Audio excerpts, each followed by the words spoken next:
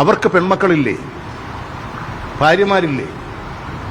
ഈ സംസ്കാരത്തെ പ്രോത്സാഹിപ്പിക്കാൻ പറ്റുമോ? പ്രത്യേക സംരക്ഷണമുണ്ട്. അത് സിനിമയാണ്. ആ സിനിമയും ഇതും കൂടി ഇപ്പോൾ കൂട്ടിച്ചേർക്കേണ്ട യാതൊരു കാര്യമില്ല.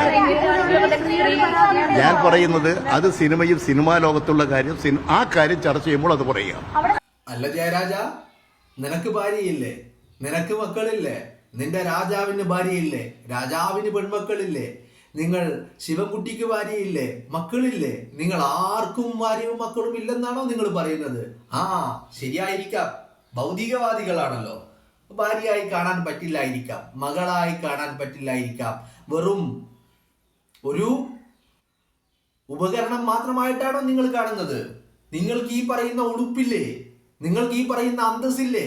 നിങ്ങൾക്ക് ഈ പറയുന്ന ആത്മാഭിമാനം എന്ന് പറയുന്നത് നിങ്ങൾക്കില്ലേ? അതൊന്നും എവിടെയും കാണുന്നില്ലല്ലോ ജയരാജ. അതെന്താ, മുകേഷിന്റെ ലിംഗം ഈ യോനിയിലേക്ക് കടക്കില്ലേ ജയരാജ? അതോ നിങ്ങൾ തീവ്രത അളന്നപ്പോ ഒരു ഇഞ്ച് മാത്രമേ കയറിയുള്ളൂ? അതോ 2 ഇഞ്ച് മാത്രമേ കയറിയുള്ളൂ? അത് മുഴുവനായിട്ട് മുകേഷിന്റെ ലിംഗം യോനിയിലേക്ക് പ്രവേശിച്ചിട്ടില്ലേ? എന്താണ് ജയരാജ, നിങ്ങൾക്ക് ഈ പറയുന്ന അമ്മയും പെങ്ങളും ഭാര്യയും മക്കളും ആരും നിങ്ങൾക്കില്ലേ? ധാർമ്മികതയുടെ ക്ലാസ് എടുക്കുന്ന നിങ്ങൾക്കാർക്കും ഈ ധാർമ്മികത ബാധകമല്ലേ? എന്ത് പറ്റി നിങ്ങൾക്ക്? അതോ എല്ലാത്തിനെയും ഭൗതികവാദികളാണല്ലോ?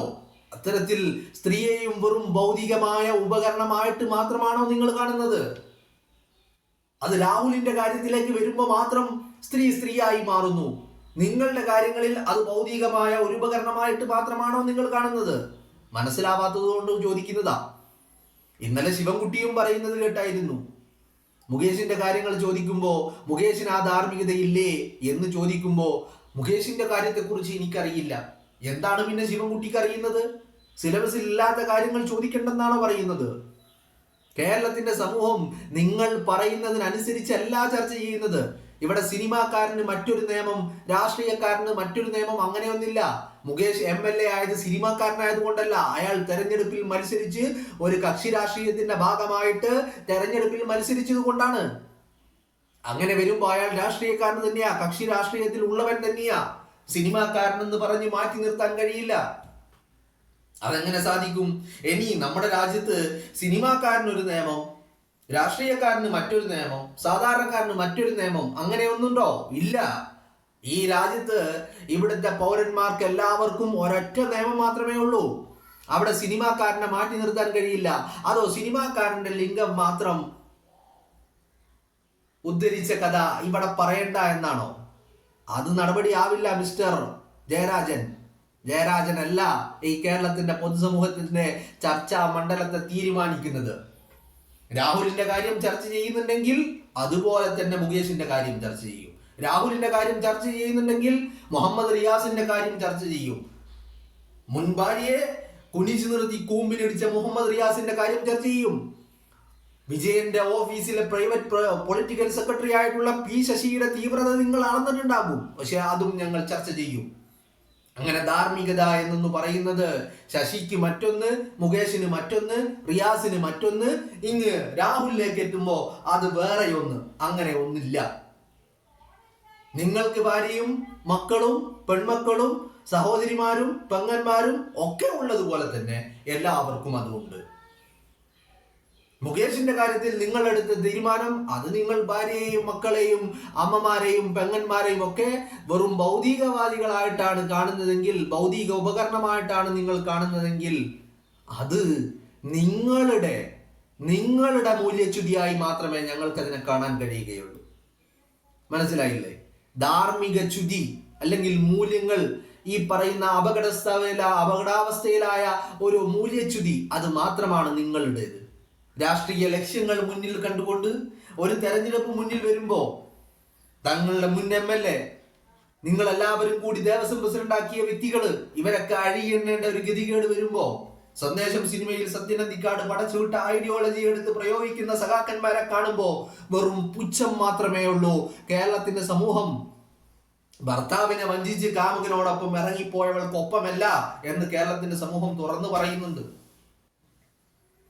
ഇതിന്റെ പശ്ചാത്തലങ്ങളും ഇതിന്റെ സ്ഥിതിവിശേഷങ്ങളും ഈ ഒരു ആരോപണങ്ങളുടെ പുകമറകളുടെയൊക്കെ അടിസ്ഥാനവും അതിന്റെ അന്തരീക്ഷങ്ങളും ഒക്കെ കേരളത്തിലെ ജനതക്ക് നിങ്ങളാരും പഠിപ്പിച്ച് ക്ലാസ് എടുത്ത് കൊടുക്കേണ്ട ആവശ്യമില്ല.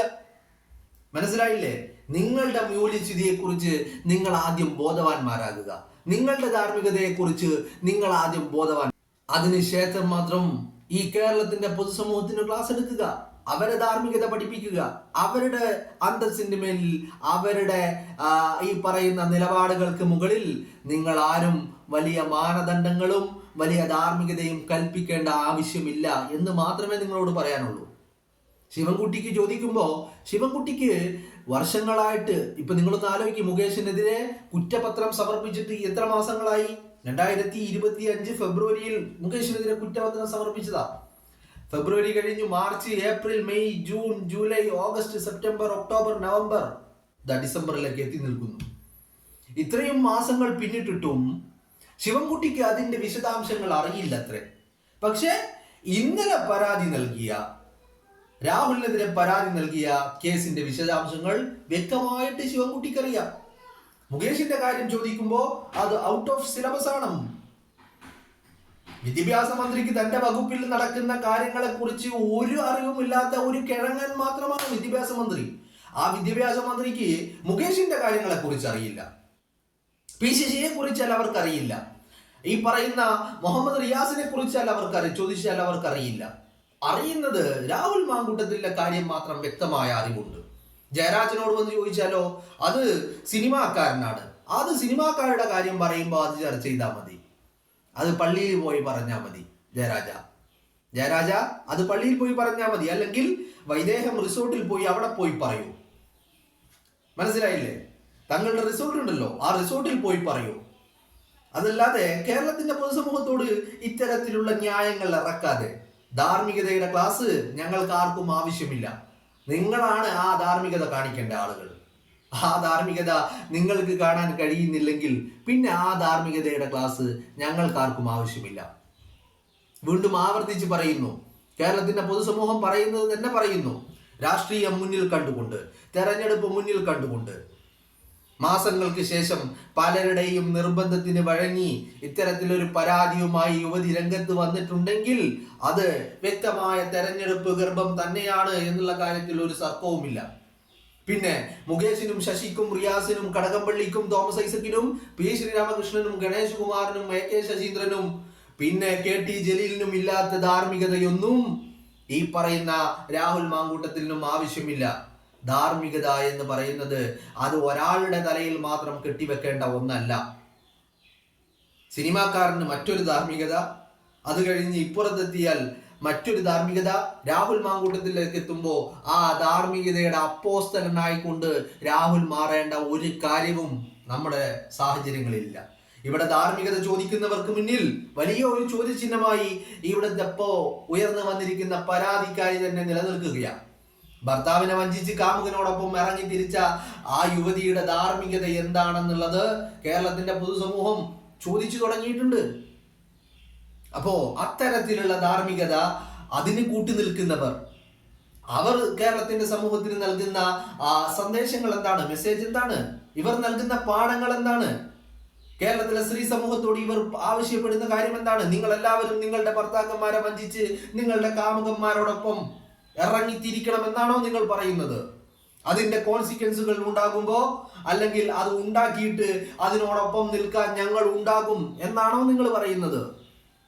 അങ്ങനെയല്ല കേരളത്തിന്റെ സ്ത്രീ സമൂഹം എന്നുള്ളത് നിങ്ങൾക്ക് തിരിച്ചറിവുണ്ടാവണം. യഥാർത്ഥത്തിൽ ഇവരൊക്കെ കേരളത്തിന്റെ സ്ത്രീ സമൂഹത്തെയല്ലേ അപമാനിക്കുന്നത്? ഇവരുടെ സ്ത്രീകളുടെ മാനത്തിനല്ലേ നിങ്ങൾ എല്ലാവരും വില പറയുന്നത്?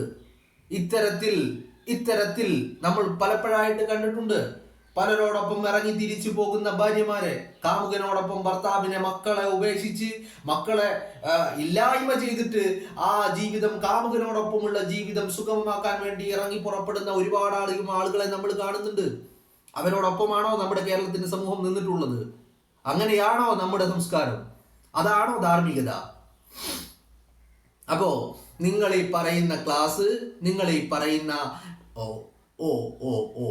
സോറി കേട്ടോ, ജയരാജന്റെ തലച്ചോറിലേക്ക് ഒരു വെടിയുണ്ട് അവിടെ ഇങ്ങനെ കിടക്കുക. ആ തലച്ചോറിൽ കിടക്കുന്ന വെടിയുണ്ട വരുത്തി വച്ചിരിക്കുന്ന വലിയ ഒരു ശൂന്യതയുണ്ട്. ആ ശൂന്യത ജയരാജന്റെ ബുദ്ധിയിലും കാണാനുണ്ട്, വാക്കിലും കാണാനുണ്ട്, പ്രവൃത്തിയിലും കാണാനുണ്ട്. ഇല്ലേ? ഉണ്ട്. പല അർത്ഥത്തിൽ നമ്മൾക്ക് കാണാറുണ്ട്. ആ ജയരാജന്റെ ബുദ്ധിശൂന്യത അത് നമ്മൾ പലപ്പോഴായി കണ്ടതാണ്. ആ ഒരു കൺസിഡറേഷൻ നമ്മൾ കൊടുക്കണം. അത് ഞാൻ മറന്നുപോയി. ഓക്കെ, എനിവേ, അതുകൊണ്ട് ധാർമ്മികതയുടെ ക്ലാസ് രാഹുലിന്റെ അടുത്ത് വേണ്ട. മനസ്സിലായില്ലേ? നിങ്ങൾക്ക് മറച്ചു പിടിക്കാൻ ഒരുപാടധികം കാര്യങ്ങൾ ഉണ്ടെന്നറിയാം. അയ്യപ്പന്റെ പൊന്ന് കട്ടത് മുതൽ തുടങ്ങിയിട്ട് പത്മകുമാർ പറഞ്ഞ ദൈവതുല്യന്റെ പേരടക്കം മറച്ചു പിടിക്കാനുള്ളവർ ഇത്തരത്തിൽ സത്യനന്ദിക്കാട് പറഞ്ഞു തന്ന ഐഡിയോളജിയെ പിന്തുടരുമെന്നുള്ള കാര്യത്തിൽ ഞങ്ങൾക്കാർക്കും ഒരു തർക്കമില്ല. എന്താണെങ്കിലും നിങ്ങളോട് ഒരൊറ്റ കാര്യമേ പറയാനുള്ളൂ. ഞങ്ങളുടെ മസ്തിഷ്കത്തിൽ അതിൽ ഞങ്ങൾ എന്ത് ചർച്ച ചെയ്യണം, ഞങ്ങൾ എന്ത് ചിന്തിക്കണം എന്നുള്ളത് തീരുമാനിക്കുന്നത് ജയരാജ, നിങ്ങളല്ല. അത് AKG സെന്ററിൽ വെച്ചാൽ മതി. ഞങ്ങളുടെ അടുത്ത് അത്തരത്തിലുള്ള ഉഡായിപ്പുമായിട്ട് ഞങ്ങളുടെ അടുത്തേക്ക് വരണ്ട എന്നുള്ള ഒരു കാര്യം, നിബന്ധന മാത്രമേ നിങ്ങളുടെ മുന്നിൽ വെക്കാനുള്ളൂ.